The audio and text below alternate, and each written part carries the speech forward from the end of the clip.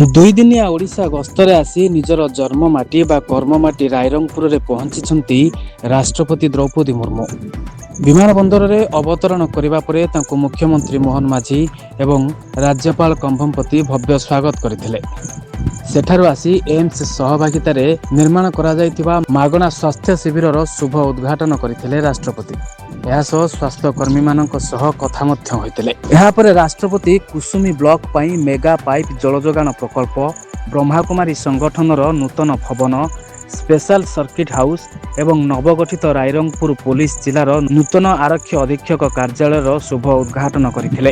ରାଜ୍ୟରେ ବିକାଶର ଏକ ନୂଆ ଅଧ୍ୟାୟ ସୃଷ୍ଟି କରିବାକୁ ଯାଉଥିବା ଏହି ସମସ୍ତ ପ୍ରକଳ୍ପର ଲୋକାର୍ପଣ ଉତ୍ସବ ସମୟରେ ରାଜ୍ୟପାଳ, ମୁଖ୍ୟମନ୍ତ୍ରୀ, ବରିଷ୍ଠ ମନ୍ତ୍ରୀଙ୍କ ସମେତ ବହୁ ବରିଷ୍ଠ ଅଧିକାରୀ ଓ ଜନପ୍ରତିନିଧି ଉପସ୍ଥିତ ଥିଲେ। ମହାମହିମ ରାଷ୍ଟ୍ରପତି ଦ୍ରୌପଦୀ ମୁର୍ମୁଜୀ ତାଙ୍କର ଏଇଟା ନିଜର ଜନ୍ମସ୍ଥଳୀ ଏବଂ ତାଙ୍କର ଯେଉଁ 2 ଦିନିଆ ଟୁର୍ରେ ଆସିଥିଲେ ଆମର 2 ବର୍ଷ ପୂର୍ତ୍ତି ସରକାରଙ୍କର ଏବଂ କେନ୍ଦ୍ର ସରକାରଙ୍କ 12 ବର୍ଷ ଏଥିରେ ବିଶେଷ କରି ଆମର NHM ତରଫରୁ ଏଠି ଗୋଟେ 100 ବେଡ୍ ଆଉ ଗୋଟେ ନୂଆ ହସ୍ପିଟାଲ ବିଲ୍ଡିଂ ତିଆରି ହେଉଛି।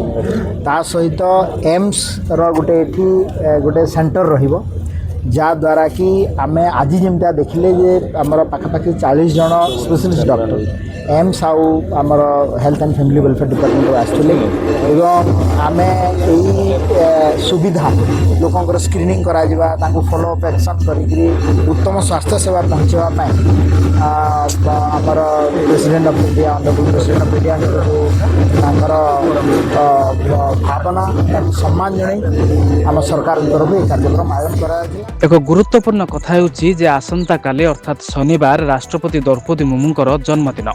ନିଜ ଜନ୍ମମାଟି ତଥା ପ୍ରଥମ କର୍ମକ୍ଷେତ୍ର ରାଇରଙ୍ଗପୁରରେ ଏହି ସ୍ୱତନ୍ତ୍ର ଦିନଟିକୁ ଅତିବାହିତ କରୁଥିବାରୁ ସ୍ଥାନୀୟ ଲୋକଙ୍କ ମଧ୍ୟରେ ଅଭୂତପୂର୍ବ ଉତ୍ସାହ ଦେଖିବାକୁ ମିଳିଛି। ଦ୍ୱିତୀୟ ଦିନରେ ଅର୍ଥାତ୍ ଶନିବାର 20 ତାରିଖ ଦିନ ରାଷ୍ଟ୍ରପତିଙ୍କ ବିଭିନ୍ନ କାର୍ଯ୍ୟକ୍ରମରେ ଯୋଗଦେବେ ପ୍ରଧାନମନ୍ତ୍ରୀ ନରେନ୍ଦ୍ର ମୋଦି। ଓଡ଼ିଶା ପାଇଁ 47,600 କୋଟିରୁ ଅଧିକ ଟଙ୍କାର ବିଭିନ୍ନ ବିକାଶମୂଳକ ପ୍ରକଳ୍ପର ଉଦ୍ଘାଟନ ଓ ଶିଳାନ୍ୟାସ କରିବେ। ଏଥିରେ ଶକ୍ତି, ରେଳବାଇ, ସଡ଼କ ସଂଯୋଗୀକରଣ, ସ୍ୱାସ୍ଥ୍ୟ ଓ ଶିକ୍ଷା କ୍ଷେତ୍ରରେ ବଡ଼ ବଡ଼ ପ୍ରକଳ୍ପ ସାମିଲ ରହିଛି। ରାଷ୍ଟ୍ରପତି ଏବଂ ପ୍ରଧାନମନ୍ତ୍ରୀଙ୍କ ଗସ୍ତ ଗୋଟିଏ ସ୍ଥାନକୁ ହୋଇଥିବାରୁ ସୁରକ୍ଷା ବ୍ୟବସ୍ଥାକୁ କଡ଼ାକଡ଼ି କରାଯାଇଛି। ରାଇରଙ୍ଗପୁରରୁ ଯଶବନ୍ତ ବାରିକଙ୍କ ରିପୋର୍ଟ, DNK ଲାଇଭ୍।